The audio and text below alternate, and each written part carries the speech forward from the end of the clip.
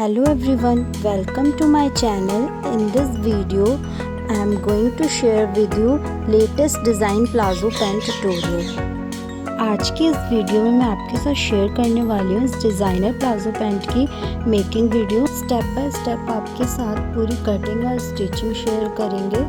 तो चलो स्टार्ट करते हैं। इस तरीके का हमने ब्लैक फैब्रिक लिया है, जो हमारा 2.5 मीटर का हमने फैब्रिक लिया था। इसको 1 फोल्ड करा था और उसके बाद हमने अपनी पैंट की लेंथ रखी थी। तो इस तरीके से मैंने 34 इंचेस इसकी पैंट की लेंथ रखी है, क्योंकि नीचे इस तरीके का डिज़ाइन भी बनना है कट वर्क वाला। तो 34 इंचेस की इसकी लेंथ रखी है। उस अकॉर्डिंग आप अपनी लेंथ रखें जितने इंच का आपको डिज़ाइन बनाना है। उसके बाद हमने कमर रखी है, हमने लास्ट से 1 इंच छोड़ते हुए कमर रखी है। तो 12 इंचेस की मैंने कमर रखी है, वहाँ से 1 इंचेस का गैप छोड़ते हुए। तो नीचे हम मोहरी भी रख लेंगे। तो 15 इंचेस की मैंने मोहरी रखी है, वहाँ से भी मैंने 1 इंचेस का गैप छोड़ा है नीचे, ऐसे ऊपर छोड़ा था। यहाँ से हम आसन ले लेंगे एल बना के। 12 इंचेस का आसन रखा है। इस तरीके से हमें एल बना के राउंड कर लेना है हल्का। उसके बाद हम थाइस का मार्क रख लेंगे। तो 14 इंचेस मैंने ये रखा है। देन उसके बाद हम स्केल से एक दूसरे को इस लाइन को अटैच कर लेंगे इस तरीके से। तो इस तरीके से हम एक दूसरे से अटैच कर लेंगे स्केल की हेल्प से। उधर साइड भी जो हमने 1 इंचेस का मार्क छोड़ा था, उससे भी हम एक दूसरे को अटैच कर लेंगे। तो इस तरीके से हमारी ये जो पैंट है, इसका मार्क पूरा हो गया। अब हम इसकी कटिंग करेंगे। तो मैंने हल्का सा नीचे से इसको थोड़ा टेढ़ा रखा है। तो आसन वाले साइड से आपको हल्का सा बढ़ा के रखना है और उधर साइड से आपको जो आपका लेंथ है वही रखनी है। तो इस तरीके से आपको थोड़ा सा टेढ़ा काटना है, स्ट्रेट नहीं काटना है बिल्कुल। इसके बाद हम इस तरीके से फुल कटिंग कर लेंगे, हाफ इंचेस का मार्जिन छोड़ते हुए। तो आप ज़्यादा इंचेस का मार्जिन ना छोड़े, इस पर 1/2 to 1 इंचेस का मार्जिन छोड़ के इसकी कटिंग कर ले। तो हमने ये फ्रंट वाला पार्ट कट करा था, यहाँ से ओपन कर लेंगे। अब हम इसका बैक वाला कट करेंगे। तो इसके लिए भी हम ऐसे ही 2 फोल्ड कर लेंगे, इसके ऊपर इसको सेट कर लेंगे।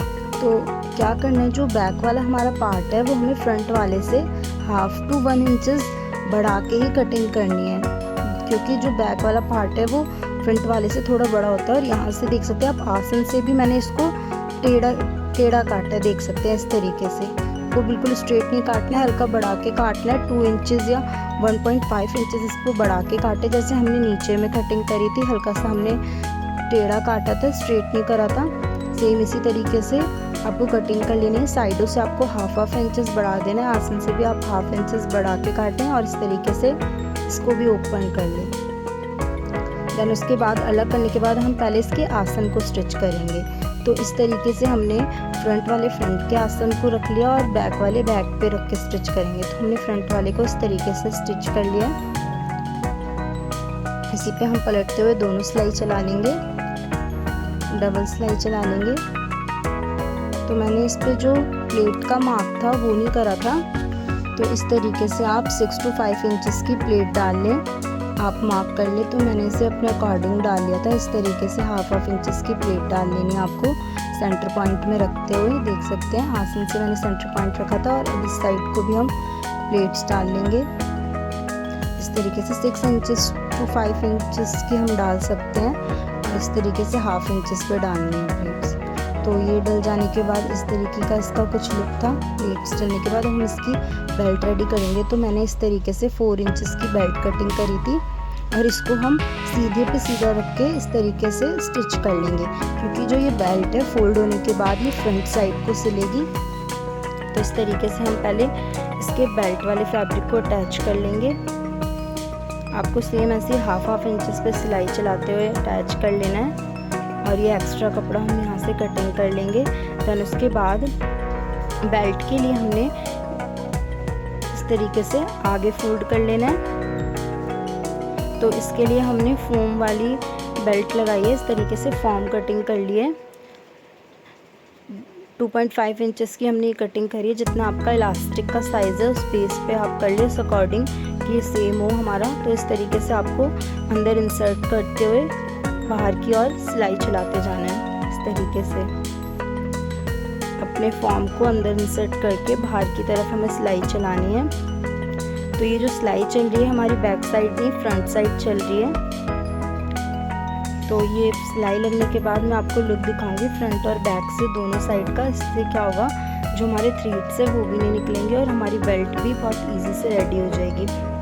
इस तरीके से एक्स्ट्रा कटिंग करने के बाद देख सकते हैं हमारी बेल्ट अटैच होने के बाद दोनों साइड का। और ऊपर भी हम इस तरीके से सिलाई चला लेंगे फॉर्म पे, ताकि जो ये फॉर्म है पलटे ना।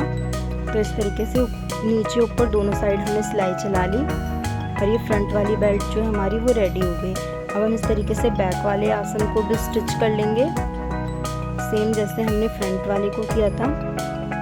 इस पे भी हम पलटते हुए डबल सिलाई चला लेंगे। हाफ इंचेस पे आपको सिलाई चलानी है और इसको ओपन कर लेंगे। इस पे कोई प्लेट्स नहीं आएगी, इस पे हम बैक पे इलास्टिक लगाएंगे। तो सेम इसको भी हम पहले 4 इंचेस की जो हमारी बेल्ट थी उसको अटैच करेंगे, जैसे सेम हमने उसमें अटैच किया था हाफ इंचेस पे सिलाई चला के। तो सेम इसी तरीके से हम इसको पहले अटैच कर लेंगे बेल्ट को और एक्स्ट्रा वाले फैब्रिक को कटिंग कर लेंगे और आगे साइड को फोल्ड करते हुए हम इलास्टिक ले लेंगे जितनी हमारी वेस्ट है उस अकॉर्डिंग। तो यहाँ से डबल फोल्ड करते हुए यहाँ ले जाके पहले हमें ऊपर की साइड सिलाई चला लेनी है डबल, क्योंकि जो इलास्टिक है हमें पुल करके अपनी तरफ इसको खींचते हुए सिलाई चलानी है। तो इसलिए तो हम वापस सिलाई चला लेंगे ताकि खींचते समय हमारा इलास्टिक है जो बाहर ना है, इसको अंदर इंसर्ट करके हम सिलाई चलाएंगे। आप चाहें तो पहले बेल्ट बना लें, उसके बाद भी आप इलास्टिक इंसर्ट कर सकते हैं, बट ये बहुत इजी तरीका है। इस तरीके से आप पुल करते जाएं इलास्टिक को अपनी और की तरफ और ऊपर की सिलाई चलाते। जो सिलाई है वो आपकी इलास्टिक पे नहीं चलनी चाहिए, क्योंकि फिर इलास्टिक जो है वो आगे की ओर खींचेगा नहीं। तो इस तरीके से आप पूरे में सिलाई चला के लास्ट में भी इस तरीके से सिलाई चला रहे हो। इस तरीके से इसको एडजस्ट कर लें, इस तरीके से स्ट्रेच करते हुए एडजस्ट कर लें तो जो सारी प्लेट्स है वो इक्वल आ जाएगी। और इसके सेंटर पे भी हम इस तरीके से सिलाई चला लेंगे। सेंटर पे सिलाई चलाने का तरीका ये है, हम बैक और फ्रंट दोनों से बहुत तेज़ से खींचते हुए आगे की तरफ सिलाई चलाएंगे। और देखिए इस तरीके से जो हमारा इलास्टिक है वो फोल्ड नहीं होगा बीच पे सिलाई चलाने के बाद। इस तरीके से हम इसको इसके ऊपर रखते हुए साइडों से इसको अटैच कर लेंगे। इस तरीके से 1 to हाफ इंचेस का मार्जिन छोड़ते हुए आप सिलाई लगा लें। पूरे नीचे तक हम इसकी सिलाई लगा लेंगे इस पैंट पे इस तरीके से। अभी हम सिर्फ साइडों से ही एक दूसरे को अटैच कर रहे हैं बेल्ट के साइड से। इस तरीके से बीच वाला जो वी वाला शेप है हमारा आसन का वो हमें भी अटैच नहीं कर रहे हैं, पहले हम उस पर डिज़ाइन करेंगे। तो पहले इस तरीके से आप दोनों साइडों को सिल लें। हाफ इंचेस पे सिलाई चला के सिल लें या 1 इंचेस पे। इस तरीके से अटैच हो जाने के बाद जो हमारा कटवर्क डिज़ाइन था हम उसको रेडी करेंगे। तो ये हमारी बन गई पैंट। तो हम इस तरीके से बेल्ट का लुक आया था, पीछे इलास्टिक था और आगे फॉर्म। तो जो इलास्टिक है वो हमारा थोड़ा सा आया था, तो फॉर्म जो है पीछे साइड में जाती है। इस तरीके से मैंने उरेब पट्टियाँ कट कर ली है। इस तरीके से आप उरेब स्ट्रैप्स कट कर लें। और यहाँ पर मैंने ये डिज़ाइन ड्रॉ कर लिया है इस पेपर पे। आप ये न्यूज़पेपर किसी पे भी ड्रॉ कर सकते हैं। इस तरीके से ड्रॉप शेप कटिंग करके मैंने इस तरीके से ड्रॉ करा था। तो आप भी ऐसे ही करें, एक ड्रॉप शेप कटिंग कर लें और उस अकॉर्डिंग आप इसको ड्रॉ कर ले ताकि एक बराबर हो। तो इस तरीके से मैंने जो स्ट्रैप कटिंग करी थी इस पर आप फ्यूजिंग आयरन कर ले। तो मैंने विदाउट आयरन लगाई थी। इस तरीके से डबल फोल्ड करते हुए आपको इस तरीके से आपको स्ट्रैप्स बना लेनी है, पतली पतली पाइपिंग्स बना लेनी है अंदर फ्यूजिंग लगाते हुए, ठीक है, ताकि ये जो हमारी राउंड शेप मुड़े वो आसानी से मुड़ जाए। और याद रहे कि जो हमारा ये स्टेप होना चाहिए वो पूरे भी कटिंग होनी चाहिए, स्ट्रेट नहीं होनी चाहिए, क्योंकि फिर हमारी जो ड्रॉप शेप है वो इक्वल मुड़ नहीं पाएगी। तो इस तरीके से आप फ्यूजिंग आयरन कर लें ताकि आपको लगाने में इजी हो जाए। तो मैंने इसको विदाउट आयरन ही लगा लिया था। आप आयरन करके लगा लें और इस तरीके से डबल फोल्ड कर लें। आपको ज़्यादा चौड़ी नहीं बनानी है, पतली पतली बनानी है। अगर आप चाहते हैं चौड़ी करना तो वो भी कर सकते हैं, क्योंकि ये जो रेप वाली पट्टी होती है ये मुड़ जाती है। इस तरीके से मैंने बहुत सारी बना ली, देख सकते हैं इस तरीके से ड्रॉप शेप बन भी रही है। तो अब हम इसके ऊपर जो हमने ड्रॉ किया था इसी के अकॉर्डिंग हम इस पर ये वाली पाइपिंग अटैच करेंगे। तो एक साइड ही हमें सिलाई चलानी है, सेंटर पे नहीं चलानी है। इसके एक साइड तो हमने सिलाई चलाई थी, अब जो दूसरी वाली साइड है उस पर सिलाई चलाते हुए हम इसी शेप के अकॉर्डिंग इसको बनाते जाएंगे। तो देख सकते हैं रेप कटिंग की वजह से क्या हुआ, ये जो फोल्ड करना हमारा राउंड शेप फोल्ड करना हो रहा है वो हमारा बहुत ईजिली हो जा रहा है। अगर ये स्ट्रेट होती तो ये इतनी ईजिली फोल्ड ना होती। तो इसके अंदर आप फ्यूजिंग भी लगाएं ताकि ये बहुत ईजी फोल्ड हो जाए और ये थोड़ी सी थिक हो जाए, क्योंकि जो हमारा ये पेपर है ये हमारा कटिंग होगा आफ्टर स्टिचिंग। तो इस तरीके से आप पूरी जो आपने ड्रॉ करी है डिज़ाइन उस पर आप इस तरीके से पूरी स्ट्रेप लगा लें, इस तरीके से राउंड करते हुए इसे अकॉर्डिंग लगा लें। आप कोई भी डिज़ाइन अपने अकॉर्डिंग बना सकते हैं और वो आपके ऊपर है आप कितने इंचेस का बना रहे हैं। तो इस तरीके से आप बनाते जाएं। 4.5 इंचेस का मेरा ये डिज़ाइन था। इस तरीके से आप यहाँ पे कट करते हुए लगाते जाएं। देख सकते हैं एक के ऊपर एक स्ट्रेप आ रही है। तो सेम हम इसे जो ड्रॉ किए हुए पैटर्न है उसी पे हम इस तरीके से सेम एज इट इज़ पूरे को फिल कर लेंगे। जो हमारा ये पूरा हमने ड्रॉ करा है इसको हम इसी तरीके से पूरा फिल कर लेंगे इस स्ट्रैप के थ्रू। तो देख सकते हैं आपको बिल्कुल साइड में सिलाई चलानी है, सेंटर पे नहीं चलानी है।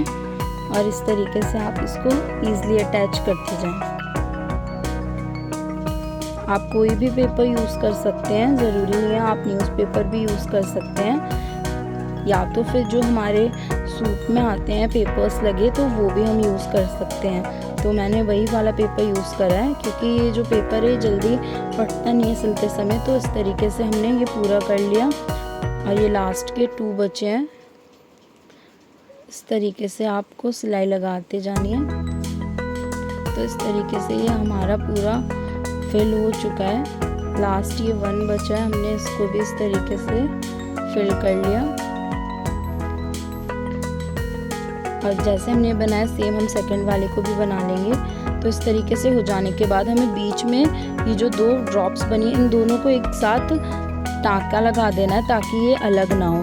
जब हम इसको स्टिच करें अखबार हटा दे ये वाला पेपर तो क्या कहते हैं ये अलग ना हो। तो इस तरीके से मैंने टाँका लगा दिया। तो सारे पे हम इस तरीके से टाँकी लगा देंगे दोनों को अटैच करते हुए। और ये हमारा एक की मोहरी हमारी रेडी हो चुकी है एक प्लाजो पैंट की। तो इसमें हम इसको अटैच करेंगे। तो मैंने अभी ये पेपर नहीं हटाया है, इसको इस तरीके से उल्टा रखते हुए फ्रंट की साइड हमने उल्टा रखते हुए ऐसे डबल फोल्ड करना है। ठीक है, आगे की तरफ आपको रखना है ये और इस तरीके से डबल फोल्ड करते हुए हम इस पर सिलाई चला लेंगे। इससे क्या होगा ये आगे की साइड अपने आप फोल्ड हो जाएगा। अभी हमने इसको उल्टा रखा है जो पैटर्न है और ये हमारा प्लाजो पैंट है हमने उसको फ्रंट साइड रखा है और फ्रंट साइड पे ही हम ये डबल फोल्ड कर रहे हैं। ये आपको याद रखना है। इस तरीके से आप डबल फोल्ड करते हुए इस पर सिलाई चला ले पूरे पे और ये इस पर अटैच कर लें ताकि जो अंदर फैब्रिक है वो आता जाए। तो इस तरीके से अटैच करने के बाद आप देखिए ये इस तरीके का आगे की साइड पलट जाएगा, देख सकते हैं। तो ये अटैच हो गया और जो ये फोल्ड वाला पार्ट था हमारा ये बैक साइड चला गया और इस पे हम सिंगल सिलाई चला लेंगे इस तरीके से। देख सकते हैं इस तरीके से आप बैक साइड पे सिंगल सिलाई चला लें। तो हमारा जो ये पैटर्न था ये इस पे अटैच हो गया इस तरीके से। अब जो हमारा पेपर है हम इसको इससे निकाल लेंगे। तो ये बहुत इजीली निकल जाएगा जब आप इस पे सिलाई चलाएंगे। तो इस तरीके से आप पूरे पेपर को निकाल लें और ये हमारा पैटर्न जो है वो रेडी हो जाएगा पेपर निकालने के बाद। तो देख सकते हैं बाहर की और जो सिलाई आ रही है वो बिल्कुल पता नहीं चल रही है। जो हमारा पैटर्न है वो अंदर की साइड बिल्कुल इंसर्ट होके लग गया है। जो थ्रेड्स हैं वो भी बाहर की ओर नहीं दिखेंगे। तो इस तरीके से आप इसको जॉइंट करें, बहुत इजी है इसको जॉइंट करना। और इस तरीके से आप सारे पेपर को इस तरीके से आप निकाल लें। तो ये काम थोड़ा सा आराम से करें ताकि क्या हो जो हमारी सिलाई है वो ना निकले, कोई धागा ना खिंच जाए। तो इस तरीके से आप आराम से इसको निकाल लें। और कहीं अगर आपका छूट भी जाता है तो आफ्टर वॉश ये अपने आप ही निकल जाएगा। तो इस तरीके से हमने सारे पेपर को निकाल लिया। आप चाहें तो न्यूज़पेपर के बदले आप जो बहुत थिन पेपर हो वो ही यूज़ करें ताकि निकालने में क्या हो थोड़ी इजी हो। तो ये पेपर थिन ही था बट हमारी सिलाई बहुत सारी थी तो इस वजह से इसमें थोड़ा सा हमें निकालने में टाइम लगेगा, तो इस तरीके से आप निकाल लें पूरा। तो निकालने के बाद ये इसका कुछ इस तरीके का लुक था, देख सकते हैं आप। ये हमारा पैंट के नीचे का लुक मोरी का। अब हम इसको इस तरीके से स्टिच करेंगे और इसको बंद कर लेंगे अपने प्लाजो को। तो देख सकते हैं इसका लुक। और सेकंड वाले को भी हम रेडी कर लेंगे। तो रेडी करने के बाद इस तरीके से मैंने हाफ इंचेस पे सिलाई चलाई। तो अब हम आसन वाले पार्ट को जॉइंट कर रहे हैं जो वी शेप वाला था हमारा। तो लास्ट ये सिलाई चलाने के बाद देख सकते हैं आसन वाले पार्ट को हम स्टिच कर ले रहे हैं। तो 1/2 to 1 इंचेस पे आप चला सकते हैं सिलाई। इसको पूरा क्लोज कर लें पैंट को। और ये हो जाने के बाद जैसे हमने टाँका लगाया था दोनों को एक साथ पकड़ते हुए, तो हम सेम ऐसे ही करेंगे। इन दोनों को एक साथ रखते हुए इस पर टाँकी लगा लेंगे ताकि ये अलग ना हो, तो इस पर सिलाई नहीं होगी। इस तरीके से आपको टाँका लगा लेना है दोनों ड्रॉप्स को एक साथ रखते हुए, सेम जैसे हमने उस टाइम पे किया था जब हमारा पेपर लगा था। तो अभी इसको हम कर लेंगे ये लास्ट वाले को इस तरीके से। आप टाँका लगा ले दोनों को और ये एक दूसरे से क्या होंगे, अटैच हो गए। तो ये हमारा पूरा जो मोरी है क्लोज हो गई एक दूसरे से। हम सेकंड वाले को भी सेम इसी तरीके से कर लेंगे। इसमें भी इस तरीके से दोनों साइड टाँकी लगा लेंगे। आपको 2-3 बार चला देनी है सिलाई ताकि ये थोड़ा सा फिक्स हो जाए अच्छे से इस तरीके से। और ये हो जाने के बाद जो हमारा प्लाजो वो रेडी हो गया। अब हम इसको सीधा करके आपको फाइनल लुक दिखाते हैं। तो ये हमारा प्लाजो का फाइनल लुक है। आप इसे प्लाजो कह लें या प्लाजो पैंट कह लें, क्योंकि ये फुल प्लाजो लुक नहीं है। इसकी जो मोहरी है वो थोड़ी कम है प्लाजो के अकॉर्डिंग। तो इस तरीके का ये फाइनल लुक था। अगर आपको ये प्लाजो पैंट की डिज़ाइनिंग अच्छी लगी हो तो चैनल को सब्सक्राइब करें एंड वीडियो लाइक करें।